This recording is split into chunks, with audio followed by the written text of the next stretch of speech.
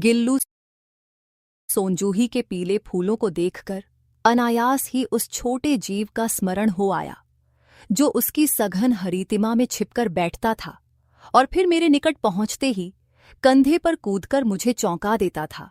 तब मुझे फूलों के कली की खोज रहती थी, पर आज उस लघु प्राणी की खोज है, परंतु वह तो इस फूल के पेड़ के जड़ में मिट्टी होकर मिल गया होगा।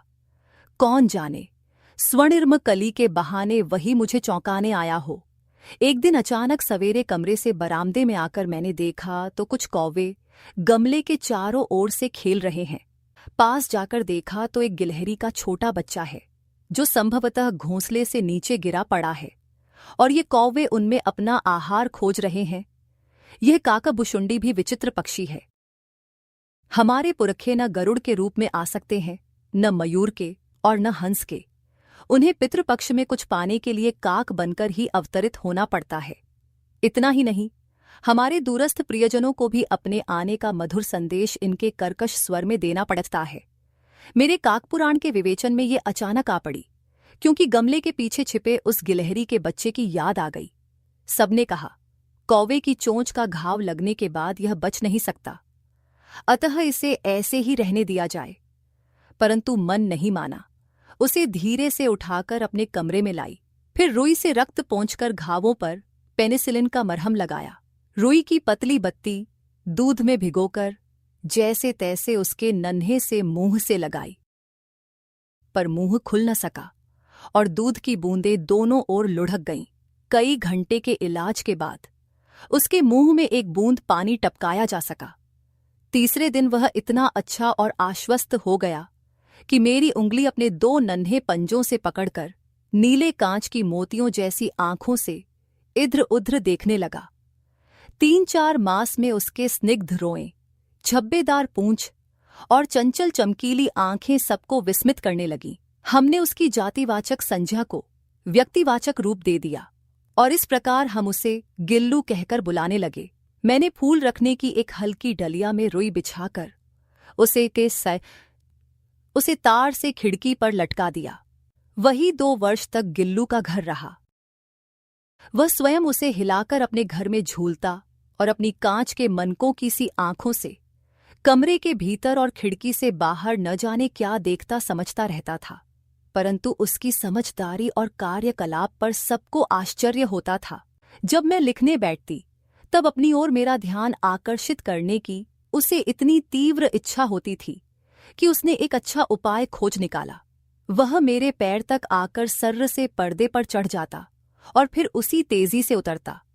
उसका यह दौड़ने का क्रम तब तक चलता जब तक मैं उसे पकड़ने के लिए न उठती। कभी मैं गिल्लू को पकड़कर एक लंबे लिफाफे में इस प्रकार रख देती कि अगले 2 पंजों और सिर के अतिरिक्त सारा लघुगात लिफाफे में बंद रहता। इस अद्भुत स्थिति में कभी-कभी घंटों मेज पर दीवार के सहारे खड़ा रहकर वह अपनी चमकीली आंखों से मेरा कार्यकलाप देखा करता।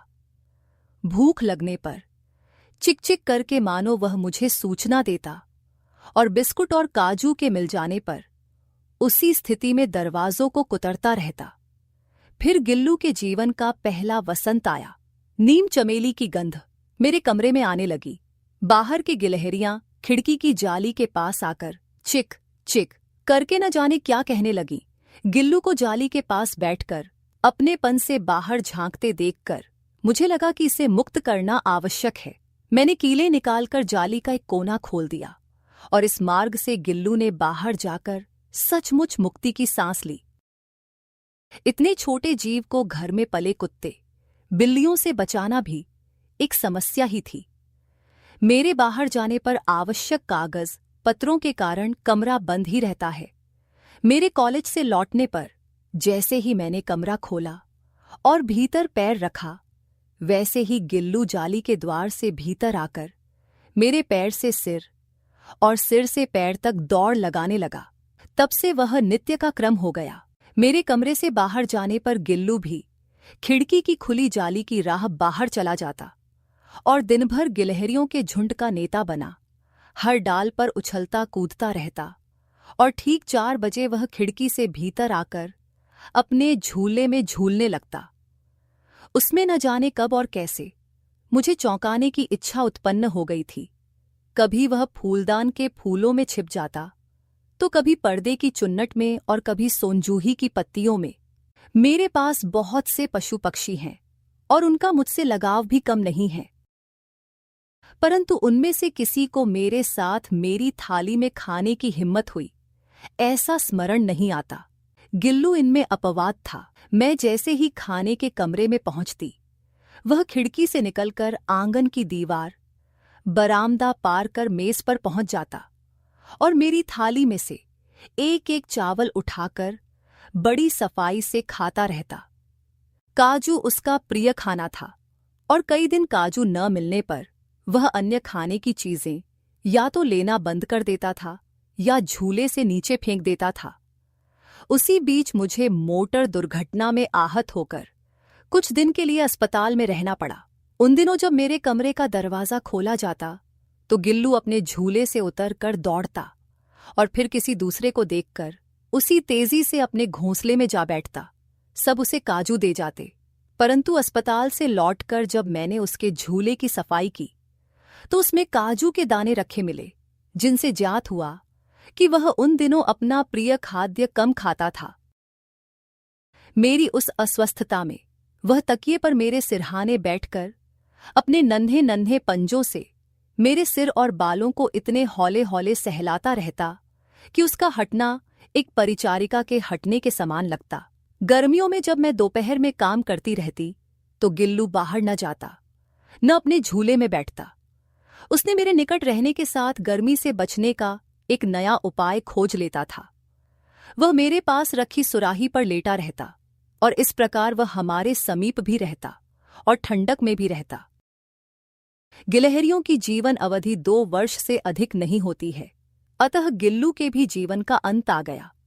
आज उसने दिन भर न खाया और न बाहर गया। रात में अंत की यातना में भी वह अपने झूले से उतरकर मेरे बिस्तर पर आ गया और अपनी ठंडे पंजों से मेरी वह उंगली पकड़कर हाथ से चिपक गया जिसे उसने अपने बचपन की मरणासन की स्थिति में पकड़ा था। पंजे इतने ठंडे हो रहे थे कि मैंने जाकर हीटर जलाया और उसे उष्णता देने का प्रयत्न करने लगी, परंतु परमात्मा की कुछ और ही इच्छा थी। प्रभात के प्रथम किरण के स्पर्श के साथ ही वह किसी और जीवन में जागने के लिए सो गया। उसका झूला उतार कर रख दिया गया है और खिड़की की जाली बंद कर दी गई है, परंतु गिलहरियों की नई पीढ़ी जाली के उस पार चिक चिक करती ही रहती है और सोनजूही पर वसंत आता ही रहता है। सोनजूही की लता के नीचे गिल्लू को समाधि दी गई है, इसलिए भी कि उसे लता सबसे अधिक प्रिय था और इसलिए भी कि उस लघुगात का किसी वासंती दिन जूही के पीलाभ छोटे फूल में खिल जाने का विश्वास मुझे संतोष देता है। महादेवी वर्मा।